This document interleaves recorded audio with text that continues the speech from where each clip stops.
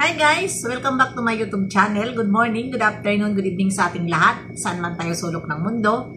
Sana'y nasa mabuti tayong kalagayan at ligtas sa anuman masamang kapahamakan. At bago ang lahat, shoutout muna tayo sa founder ng Kalingap, Kuya Val Santos Matubang. Siyempre, si Kalingap Prab. At sa lahat ng mga sponsor na walang sawa tumulong sa mga nangangailangan, more blessing to come para tuloy-tuloy ang inyong pagtulong. At siyempre, magbibigay tayo reaction dito sa kay walang iba kundi kay Brother Jose na ito na nga lumalala na ito si Brother Jose at ayaw na huminto. At andyan, nakatamnil sa akin na kahit tumba na ang kanyang bandila, pilit pa rin niyang itinatayo. Dahil parang matindi yata ang pangangailangan mo, Brother Jose. At diyan sa mga pinagsasabi mo about paninira kay Kalingap Prab, Kuya Val, iilan lang ang naniniwala sa'yo. At yan na mga salita mo ay pabalik-balik na lang na mga sinasabi mo. Alam mo, Brother Jose, walang namamatay sa nagpapakumbaba. Matagal na yung issue na yan at hindi ka pinapakialaman ni Kalingap Prab. Alam namin yun at ikaw minsan nakikita ko pabalik-balik ka na lang ng istorya kahit hindi ka pinapansin. Ngayon, kapag may mga basher dyan, dahil alam ko, nakikita naman natin na marami ka dyan basher, ilan lang ang kumakampi sa'yo. Diba? Ini-ignore mo. Ini-ignore mo para lang tuloy-tuloy ang pagsalita mo sa paninira kay Kalingap Prab. Diba? Isipin mo na lang, hindi kayo magkaiba. Kung ano man ang mga sinasabi mo kay Kalingap Prab na sinungaling, ano naman ngayon ang pinagsasabi mo? Diba? Hindi ba kasinungalingan ang mga pinagsasabi mo na halatado naman kahit nagre-reaction ka? Pag tinatranslate mo, pilit mo, tinutuwid ang mali. Para lang mayroong ka mangawa. Bakit ka nagagalit kung sabihin ka ni Kuya Val na may something? Totoo naman na may something ka. Bakit ko hindi masabi na may something ka? Diba? Hindi ka ba tinatayuan ng balahibo dyan sa dami mong basher? Diba? Napakadami ng basher mo. At yung sinasabi mong mga hindi mo kumpare si Kalingap Prab ay hindi kawalan. Yan ni Kalingap Prab kung hindi mo siya itinuturing kumpare. Diba? Hindi yan kawalan kay Kalingap Prab. Dahil, mabuti nga, sinabi nila magkumpare. Pero ikaw, dinidinay mo. Talaga lang, dyan sa pag-uugali mo, diyan sa mga pananalita mo, na simple ka lang pero rock, wala kang mudo. Pansin ko sa'yo, Brother Jose, diyan sa ugali mo na mahinhin ka lang, pero nasa loob ang pulo.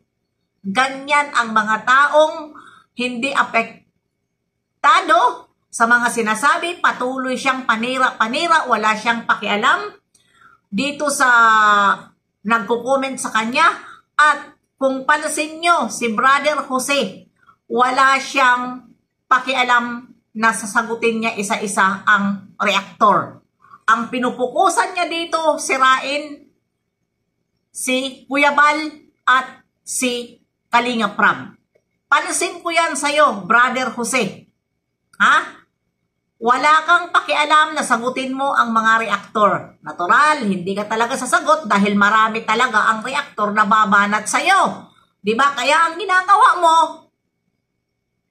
yon ang ginagawa mo na ang tirahin mo dyan ay si Kalingap Prab at saka si Kuya Val. Sige lang, patuloy ka lang na manira. Total, hindi ka rin naman tinatantanan ni Kuya Val at sasagot siya at sasagot sa'yo. At patungkol nga pala doon sa nagsasabi na walang reaktor na nagtatanggol Ano? Walang reaktor na nagtatanggol. Excuse me. Ha? Kung walang nagtatanggol na reaktor, ano ba itong mga ginagawa namin? Di ba hindi ba namin tinitira? Dito kami sa paninira nila.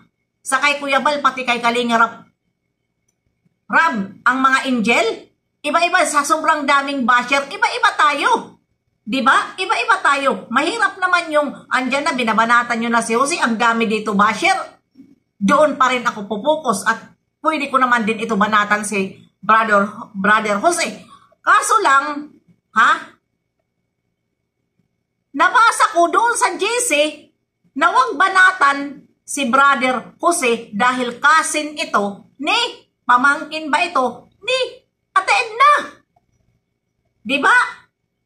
Pero sa ganyan ngayon na sitwasyon, na si Kalinga Prab binabanatan na ng tudo-tudo, at ito na nga, hindi natataranta si Brother Jose, bakit hindi natin ipaglaban? Di ba na dito naman talaga tayo sa Kalingap reactor. Kaya huwag niyong sabihin, ha? Tapos na.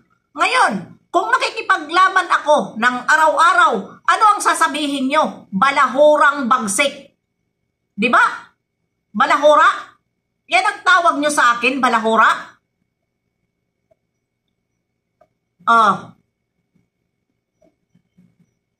Kaya, huwag niyong sabihin na hindi ako babanat. Bumabanat ako. Ha? Kapag hindi ko na gusto ang mga pinagsasabi. Pero kung basta-basta lang ako babanat, siyempre, papasok ka nang wala kang alam na hindi pa naman ako noon reactor kung ano ang punot dulo. Pero ngayon, nalalaman ko na ito pala ay ang dahilan noon ay mayroon pala siya ipinaglaban na isang reaktor ng Kalingap at sponsor pa na ito pala ang dahilan na yan ang pinaprotektahan niya at ngayon ay naghuhugas kamay, hindi man lang banat, hindi man lang bumanat kay Brother Jose. Ayan, kaya hindi ako apektado kung sabihin man ni Kuya Bal na puro na lang Kalingap Angel ang ating kinokontent. Totoo yan ni Kuya Bal. Hoy, kaway-kaway dyan, huwag tayo mga hugas kamay. Ha, huwag tayo mga hugas kamay. Bakit? Natatakot ba tayo? Ayan na nga bang sinasabi ko sa mga balimbing eh. Hindi ka talaga makakabanat sa kalaban kapag ikaw ay balimbing ka at mayroon ka sinasabi doon sa kalaban. Ganun lang yun. Diba? Ako. Diba? Kaya nga ayaw ko makipag-usap ka ng kahit kanino eh. Dahil mahirap kapag ikaw ang baliktarin na, lalo na't reactor ka, huwag kang padalos-dalos makipag-usap sa kani-kanino paman kung reactor ka dahil reactor ka, marami kang kalaban. Ganun lang yun. Maganda na lang magsulo, walang ingay. Diba?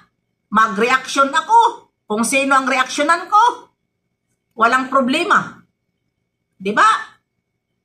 Kaya, kaway-kaway, huwag tayo mga hugas kamay. Magsalita ang dapat magsalita, puro tayo Kalingap. Dahil ito na, marami na ang kumakalaban sa Kalingap. Diba? Dahil ako, kung hindi ako,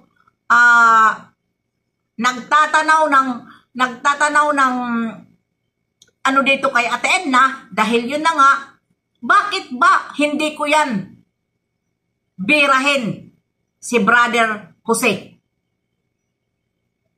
Diba? Kaya wag kayong ganyan.